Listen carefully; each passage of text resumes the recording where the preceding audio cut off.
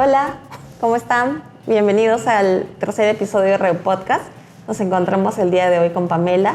Ella trabaja en el tema de migración venezolana. Es integrante del grupo de investigación CONUR de la Pontificia Universidad Católica del Perú. Y estamos para presentar nuestro tercer episodio de Reu Podcast.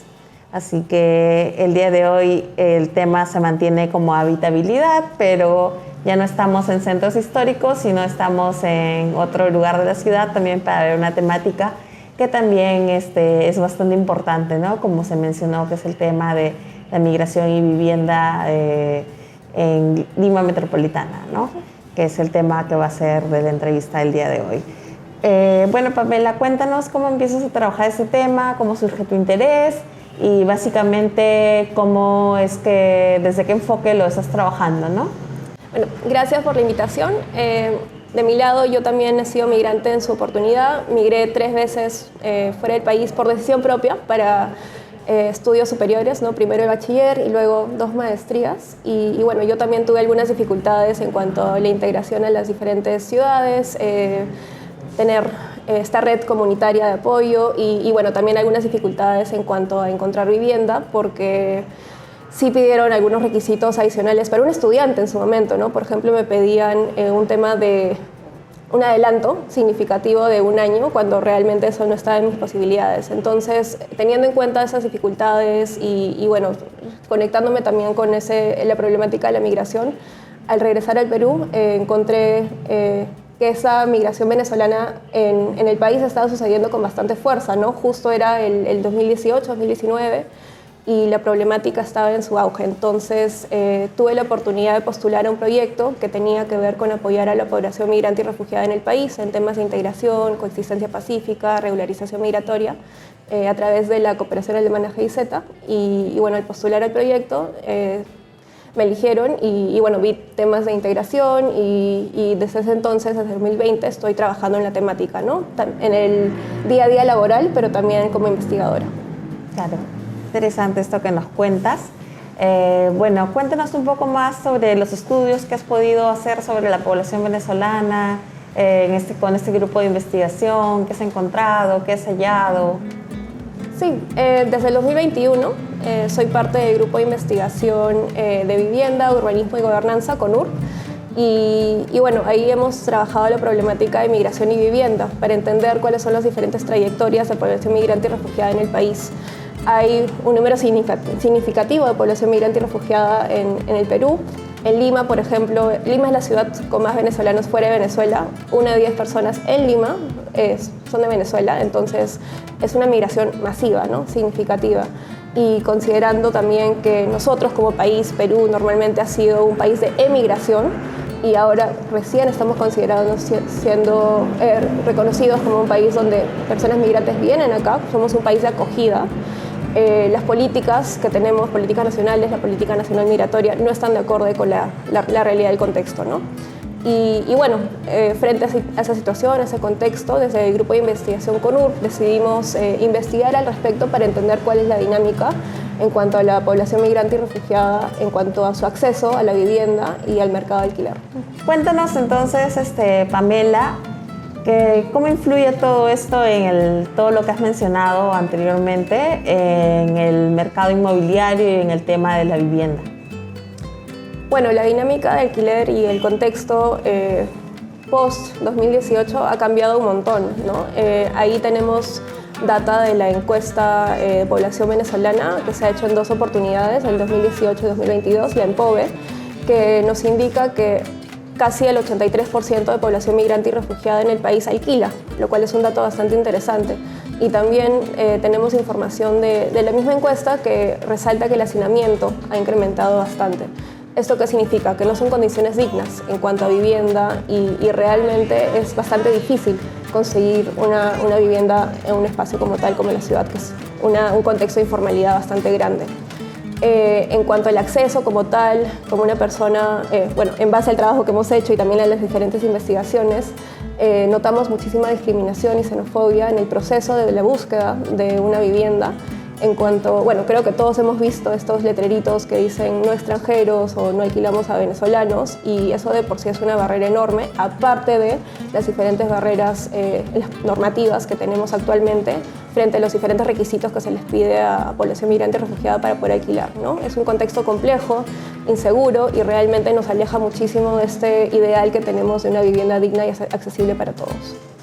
Cuéntanos entonces, más o menos, ¿cómo haría entonces la población migrante para acceder a vivienda? ¿Qué herramientas o qué estrategias utilizan? ¿En qué condiciones viven exactamente? Has mencionado, me parece por ahí, el tema de que la mayoría viven en viviendas alquiladas. ¿En qué condiciones? Sí, es difícil, ¿no? Entonces acá, y es parte de la investigación que hemos hecho, en realidad una de las preguntas que vamos haciendo tiene que ver con las redes de apoyo, las redes comunitarias. ¿Quién es tu contacto de emergencia? ¿A quién llamas en un contexto donde necesitas ayuda, ¿no? Eso es más o menos lo que estamos viendo. Y notamos que, bueno, la población migrante y refugiada, al ser una nueva ciudad en la que están, normalmente no tienen estas redes de apoyo, y por eso también eso se correlaciona con un movimiento más frecuente de vivienda, ¿no? Porque no tienen esta seguridad en las comunidades, en cuanto a los vecinos, donde sí tienen esta red de apoyo con algunos vecinos, amigos, quizás en su barrio, ahí normalmente permanecen en la vivienda. Entonces es interesante verlo de ambas formas, lo importante que es tener estas redes comunitarias y estas redes de apoyo, y también el rol de las organizaciones de base comunitarias es fuertísimo y muy importante. Bueno, y el Perú tiene un alto nivel de informalidad, ¿no? Más del 70%. ¿Cómo influye esto también en las dinámicas que has mencionado? Supongo también que quizás la población migrante tiene dificultades de acceder a un trabajo formal, ¿no? Entonces, creo que también fue uno de los resultados que encontraste en alguna de tus investigaciones. Entonces, ¿qué más se podría decir sobre esto? Sí, bueno, todos sabemos que la informalidad en el país es altísima, ¿no? Casi un 70%, pero creo que se puede ver de ambas formas, ¿no? Es positivo y negativo. Positivo en el sentido de que a veces no se necesita un contrato para poder trabajar o para poder alquilar una vivienda, ¿no? Y eso se puede ver en el sentido de que algunas personas se pueden aprovechar, pero también le da acceso a algunas personas a poder tener esta vivienda o este trabajo, ¿no? Creo que es importante resaltar que en general la población migrante y refugiada en el país es altamente calificada, y sí hay un número alto que están trabajando en sectores que no es su especialidad, ¿no? Vemos a psicólogos o a doctores que están trabajando como taxi o en Rappi, y realmente, bueno, eso también tiene que ver con la política nacional, que no es muy fácil poder convalidar y revalidar títulos para poder trabajar en su rubro, ¿no? Eso en cuanto a el mercado laboral también. Y en cuanto al mercado de vivienda, hay algunas personas, algunos caseros que simplemente se aprovechan al no tener, al ser informales, ¿no? A veces ni siquiera piden algún tipo de documento, requisito, no hay ningún tipo de contrato, por así decirlo, entre las personas, y pueden desalojarlo sin ningún motivo. Entonces eso también es un riesgo bastante fuerte, y nuevamente no es un acceso a una vivienda digna como debería ser. Claro. ¿Qué condiciones crees que habría que mejorar para acceder a una vivienda digna o para que se vean reflejadas mejores condiciones de vivienda, ¿no? Para la población migrante? Puedo decir que me encanta esta pregunta. Creo que el rol tiene que cambiar. Ahorita el Estado ha delegado su trabajo a los caseros, ¿no? Pidiéndole a los caseros que pidan documentos migratorios cuando no es su rol, ¿no? Tenemos múltiples documentos emitidos por el Estado peruano, el PTP, el CPP, el carnet de extranjería, la solicitud de refugio, y todos esos son válidos y son emitidos por el Estado peruano. Sin embargo, no son reconocidos por todos, y hay toda una problemática resaltando que las personas no lo conocen y tampoco les interesa conocerlos. Ahorita hay una política actual que solicita a las personas que vayan a alquilar a población migrante pedir esos documentos y pedir ciertos requisitos que no es del todo justo. Entonces hay barreras institucionales, normativas, que realmente no tendrían por qué estar ahí, ¿no? Cuando realmente ese es el rol del Estado. Pasando ya un poco al tema de la ciudad, ¿cómo ves el tema de la ciudad y los cuidados? ¿Cuál debería ser el rol respecto a este tema? bueno, amplio, ¿no? Creo que el rol de la comunidad, el rol del barrio, los vecinos es muy importante para tener también pensando en esta coexistencia pacífica, ¿no? Resaltar las cosas positivas, tenemos mucho más en común de lo que tenemos diferente, ¿no? Por ejemplo, yo siempre lo digo, pero a mí me encantan los pequeños venezolanos más que los peruanos. No sé, es importante que podamos probar esta cultura riquísima que tenemos acá y aprovecharlo, porque es una migración que vino a quedarse, ¿no? Y tenemos que realmente primero reconocer eso y después aprovecharlo en el buen sentido, ¿no? Aprovechar a los profesionales que tenemos acá, a las comunidades que tenemos acá y también a las organizaciones que tenemos acá, ¿no? Organizaciones sólidas, que hacen un trabajo incansable por apoyar no solamente a la población migrante y refugiada, pero también a los peruanos. Entonces eso es muy importante y creo que ese rol de cuidado, porque es cuidado lo que hacen, es importante que se dé a conocer. Bueno, Pamela, ha sido muy amable. Yo me despido, te dejo, Pamela, para que continúes con el podcast. Muchas gracias. Bueno, ahora nos va a acompañar Nel Herrera, presidenta de Ocasiben, que he tenido la suerte de conocer a través de varios años en el trabajo que hemos venido haciendo, no solamente desde el proyecto de Seis Frontera y Perú Social, pero también desde la investigación que hacemos con el grupo CONUR. Ahora, bienvenida, Nela, qué gusto conversar contigo. Gracias, Pamela. Más bien agradecer primero por el espacio y qué bonito que seas tú quien me haga este tipo de entrevista, me parece súper genial. Y claro que sí, recordar un poco cómo ello se inició. Bueno, empezando desde que se inició por mi propia experiencia como migrante, al haber llegado yo acá y no tener quien me ayudara de la forma en que nosotros al día de hoy estamos haciendo con los migrantes que llegan, pues me impulsó a iniciar un movimiento, digamos, en ese momento, ¿no? Una invitación a un grupo de personas en el Facebook para que nos ayudaran a ayudar. Y al principio solo fue eso, o sea, un grupo de personas que iba los domingos a ayudar en Plaza Norte, que era el terminal donde estaban llegando la mayor parte de los migrantes venezolanos en ese momento, ¿no? Entonces eso siguió durante un tiempo, cada domingo, y lo que se inició como solamente un movimiento de domingo, con lo que podíamos, luego fue imposible dejarlo, ya la gente nos conocía como un grupo, tuvimos que colocarnos un nombre que hasta ahora sigue siendo nuestro nombre, por cuestiones de seguridad de Plaza Norte, para reconocernos, y bueno, en ese momento nos empezamos a llamar Ocasiben. ¿Y qué significa Ocasiben? Ocasiben, es cómico el nombre, porque yo no soy muy experta en temas de logotipo, de nombre, marketing, y nos pedían un nombre urgente y los que estábamos allí tampoco, como no era la idea colocarnos un nombre de nada, pero necesitábamos un nombre urgente. Entonces yo decía, bueno, ¿qué somos? Bueno, somos una organización de colaboradores para la asistencia social del migrante venezolano. Eso somos. Y bueno, agarremos la primera letra de cada palabra y veamos qué pasa. Y sonaba Ocasiben justamente porque el inicio era de inmigrantes venezolanos.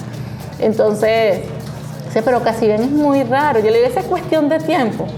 En una semana la gente ya se va a acostumbrar Ocasiben, como todo nombre. Y así nos quedamos. Entonces, Ocasiben es Organización de Colaboradores para la Asistencia Social del Migrante Venezolano. Aunque ese es nuestro nombre original, porque era la iniciativa, el tema de que ahora es para migrantes venezolanos ha cambiado. Claro, y ahora todos lo conocen como Ocasiben. Así es. ¿No? ¿Y qué los diferencia de otras organizaciones que hacen cosas similares? Bueno, tenemos algo que hasta ahora es que nosotros aceptamos que sí, definitivamente tenemos algo que nos diferencia, es que en Ocasiben somos una familia. No conocemos otras organizaciones, trabajamos con aliados y eso es lo que nos permite decir, pues nosotros somos diferentes. La mayoría de que está acá ahorita es lo que siempre han estado. Nosotros con o sin presupuesto estamos y seguimos haciendo lo que venimos haciendo desde el día 1 y tenemos un compromiso, una vocación para servir, tenemos un compromiso moral y los valores que nos acompañan siempre. Entonces eso marca mucho la diferencia y el tema de que nos tratamos como una familia, entendiendo que esto es una labor también. Sí, y quizás nos puedes contar un poquito del día a día, qué tipo de trámites ven, qué tipo de asesoría brindan y solamente es para migrantes. Listo, sí. Bueno, al inicio, como te conté, lo del nombre era para migrantes venezolanos, pero en el día a día, justamente con toda la experiencia, nos hemos dado cuenta de que no, que justamente también la población de acogida, o sea, la población peruana tiene necesidades, lo cual nos ha permitido expandir o abrir servicios también para ellos. Oye, uno de los servicios que tenemos es de regularización migratoria, donde la comunidad de acogida no necesita, digamos así, este servicio de parte de nosotros porque ya el Estado lo tiene en sí mismo, ¿no? Pero lo que sí abrimos con regularización o acompañamiento, orientación en temas migratorios es para extranjeros de cualquier nacionalidad. De hecho, hemos atendido a extranjeros de Ucrania, Siria, México, Brasil, Uruguay, muchos. Y lo que nos ayuda también es que traen sus propios traductores, entonces nos ayuda muchísimo a poder alcanzar, acompañarlos, ¿no? Pero otros servicios que tenemos que sí pueden ser beneficiarios la comunidad de acogida y los extranjeros es, por ejemplo, acompañamiento psicoemocional. También tenemos acompañamiento en el área legal, familiar o civil, y en ello también eso hemos logrado expandirnos. Algo que nos ayudó mucho era que nosotros tenemos como dos tiempos, ¿no? Un tiempo que atendemos para el donante con sus exigencias y que tratamos nosotros de adaptar la realidad de las personas a quienes atendemos, los cuales nosotros conocemos, a lo que nos pide el donante. Creo que algo que marcó mucho la diferencia en un inicio fue unos proyectos que estuvimos con la GIZ, Cooperación Alemana y la Unión Europea, donde nosotros les solicitamos que si podíamos atender a personas de la comunidad de acogida, porque si hablamos de inclusión no podemos excluirlo y decirle no, esto solo es para población migrante. Entonces, ¿sabes? Nos hacía como que no era coherente si hablamos de inclusión. A lo cual ellos nos respondieron que sí, eso creo que marcó mucho un antes y un después de nosotros. Entonces, luego de allí ya nosotros abrimos los servicios que podíamos para comunidad de acogida, pero especialmente a población vulnerable. Entonces ya tenemos, como ya lo he dicho, tenemos acompañamiento en trámites migratorios, acompañamiento psicoemocional, acompañamiento en el área legal, civil. Tenemos un programa de voluntariado que se llama Compass, que se encarga de preparar a voluntarios o personas para ser voluntarios. Porque antes creíamos que solamente necesitamos querer ser voluntario para hacerlo. Y no, hay que estar preparado para hacerlo. Entonces nos dimos cuenta nosotros en el proceso que somos, digamos que, orgánicos, ¿no? Nosotros hemos aprendido en el proceso y de eso es que dijimos, no, hay que preparar a las personas que quieren ser nuestros voluntarios. De hecho, lo preparamos no para que sean nuestros voluntarios, para que sean voluntarios en cualquier organización.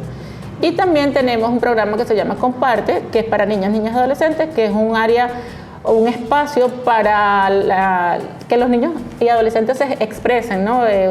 Arte, música, teatro y estas cosas, ¿no? Y eso lo tenemos en tiempos de vacaciones. Eso por ahora es lo que tenemos. O sea, se han adaptado al contexto y han aprendido en el camino también. Y en esa mirada, los diferentes servicios, acceso, digamos, los trámites, ¿qué han encontrado en cuanto a, digamos, no solamente para población migrante, ¿no? Pero también a la dificultad de acceso para población peruana? Creo que ahí también tienen algunas lecciones aprendidas. Sí, bueno, la comunidad en general, ¿no? Llamémoslo así, porque ya hay migrantes que tienen años dentro de Perú, pero siguen teniendo las mismas barreras. Si me estás hablando de barreras justamente, ¿no? Aunque empecemos por la población de acogida. Aunque son población nacional y deberían tener como un acceso al nacer al tema de la salud, del trabajo, pues es bastante conocido, iniciando por el trabajo, que Perú es un país informal y que la mayoría de las personas no tienen acceso a un trabajo, a un empleo formal, lo cual les obliga a trabajar en la informalidad, pues los migrantes no escapan de esta realidad. A ellos se les complica un poco más porque entendemos también que para contratar a un extranjero también hay una cuota que les impide contratar a muchos. Aparte, es abierta a extranjeros, no hay una comunidad o una nacionalidad específica para la contratación de ellos, lo cual hace que esta barrera sea un poco más alta, ¿no? O mucho más alta. También al tema de la salud. La comunidad de acogida, aunque debería tener acceso a la salud, es bastante complicado y hay personas que para un tema de una cita de psicología le dan hasta 6 meses, algo que tiene que ser como de inmediato porque no todo el mundo va a psicología porque sí, porque lo necesita, lo cual nosotros hemos tratado como que de aliviar un poco esa área, ¿no? Entonces, por eso tenemos el apoyo psicoemocional para las personas que lo requieran y es abierto a todos, de igual forma a la población migrante. Y a la población migrante se le complica mucho más porque solamente para el acceso a la salud necesitan tener un carnet de extranjería y no todos lo tienen. Entonces, si no tienes esto, no puedes acceder a muchos servicios del Estado. Y eso es lo que nosotros tratamos de hacer con nuestros servicios justamente. Sí hay barreras todavía y bueno, pues es parte de lo que hacemos. Claro. Y pensando ahora en la vivienda, digamos, y lo que ustedes han visto como Casiben, pero tú también como migrante venezolana, ¿nos puedes contar un poquito sobre tu experiencia o quizás la experiencia del equipo? ¿Qué han visto? Los desalojos en pandemia también, me acuerdo que en su momento hablamos al respecto. Sí, sí, mira, al principio me preguntabas que qué marcaba también la diferencia con nosotros y yo le voy a sumar esto aprovechando que me haces esta pregunta y es que nosotros, la mayoría de nosotros somos migrantes y hemos vivido lo que viven las personas a quienes atendemos, por lo cual nos hace más empáticos y conocedores del tema de manera directa. No es que nosotros nos estamos imaginando o alguien nos da un número, es que nosotros lo vivimos. Para hablar de la vivienda, empezar porque cuando nosotros estábamos buscando un local para un Casiben, un espacio, nos costó muchísimo porque nos discriminaban por ser venezolanos. Y no es que nos los mandaban a decir, es que nos los decían directamente, no le alquilo a venezolanos.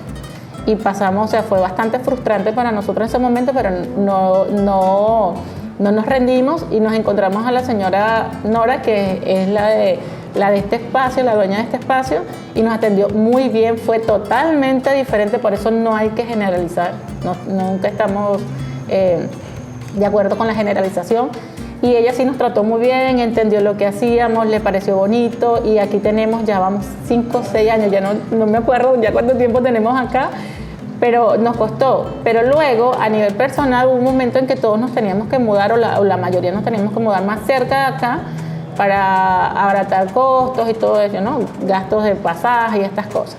Y esa también fue fue un momento en lo personal que yo decía, me quiero ir, porque hubo un proceso también donde se levantó como otra vez el tema de la xenofobia, la discriminación, y pues nos trataron feo, en las páginas decían no venezolanos, cuando ibas a preguntar no venezolanos, llamabas no venezolanos, pero de forma despectiva.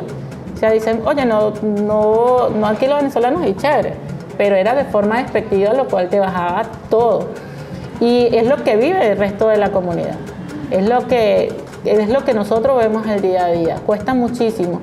Y hay otra cosa también que nos diferencia a la comunidad de acogida en el tema de la vivienda, que es que no es lo mismo que le alquilen a un nacional que a un venezolano, porque hay que decirlo así. Mientras que un alquiler para un nacional te puede costar la mensualidad 400 o 500, para un venezolano te puede costar 1.000, 2.000, 1.200 o 1.500 en comparación a lo que le alquilan a uno. El doble. Sí, y obvio tenemos que pagarlo porque no tenemos opción. No tenemos una red de apoyo que yo me voy a quedar donde mi mamá, donde mi hermano, porque no existe. Entonces, bueno, eso también ha hecho que esto como que se agarre fuerza, ¿no? Que se cobre eso y no pase nada, porque no tenemos opción. Exacto, y es una vulnerabilidad adicional también, ¿no? Exacto. Porque tienen que aceptar lo que hay disponible frente a una situación donde realmente no hay muchas opciones. Así es. Y tú ves ahí el rol de Casiben en apoyar con eso, en cuanto a crear comunidad, en cuanto a tener esta red de apoyo, porque sé que tienen este equipo equipo legal, equipo de psicólogos. ¿También han visto esa dinámica de enfrentar esta problemática de acceso a la vivienda por ahí? Sí, claro. De hecho, retomando también una de tus preguntas, era que en tiempos de pandemia se generaron desalojos por falta de pago, que de dónde iban a sacar para pagar si todos estábamos en cuarentena. Entonces, nosotros con esta misma red, que es lo bueno de trabajar en red, la verdad, recomendado al 1.000%, 1.000.000%, es que nosotros tenemos un equipo de abogados de muchas organizaciones también, porque nos unimos otras organizaciones en tiempo de pandemia, donde ellos corrían, cuando nos hacían un llamado de desalojo, corrían y pudimos evitar varios desalojos. No solo orientaban a la familia, sino que la acompañaban a las instancias apropiadas para ello, para lograr que porque eran familias con menores que se estaban desalojando. En muchas oportunidades tenían todo en la calle, todas sus cosas en la calle. Entonces logramos que, y esto se hizo como que se corrió entre toda la comunidad, hasta peruana y todo, y nos llamaban increíble para esto y no había hora ni fecha para que nosotros acudiéramos al llamado, y creo que fue un momento bastante exitoso en lo que venimos haciendo, ¿no? De apoyar, sí, justamente el área legal es la que se encarga de orientar a las familias que se encuentran en estas vulnerabilidades, pero no solo eso, aprovechando nuestra red de aliados, nosotros también podemos derivar a otras organizaciones que pueden acompañarlos hasta con pagos para que puedan pagar las deudas de alquiler mientras se puedan organizar, ¿no? Y alinear, ¿no?, con todo lo que le está sucediendo a la familia en el momento. Entonces, por eso es importante el tema de la red, y sí, nosotros en todo lo que podamos apoyar, lo vamos a hacer, sin duda alguna. Sí, yo estoy muy al tanto de ese buen trabajo que hacen y realmente ha sido muy bonito verlos crecer en todos estos tiempos. Bueno, yo te conozco y conozco Casiven desde el 2020 y realmente la trayectoria que han tenido y también el diferente impacto desde que iniciaron ahora ha sido muy bonito ser testigo de eso también. Así que muchas gracias, Nela, por acompañarnos hoy en este espacio para conversar sobre el increíble trabajo que hacen. Felicidades a tu equipo también. Y nada, muchísimas gracias. No sé si tienes algunas palabras finales que quieras compartir. Sí, agradecerle por la oportunidad. Estos espacios son maravillosos e importantes para que la gente conozca el trabajo que hacemos, que muchas veces solo ven esto, pero desconocen todo lo que te he comentado hasta ahora, y que siempre mañana será mejor y mañana será más bonito. Bueno, muchísimas gracias por escuchar este episodio de REDU Podcast. Los invitamos a seguir escuchando los siguientes episodios y recordemos que hay que aprovechar al gran potencial que tiene la población migrante y refugiada en el país, y recordemos que el derecho a una vivienda digna es de todos, sin importar la nacionalidad. Muchas gracias. No se pierdan este podcast ni el siguiente.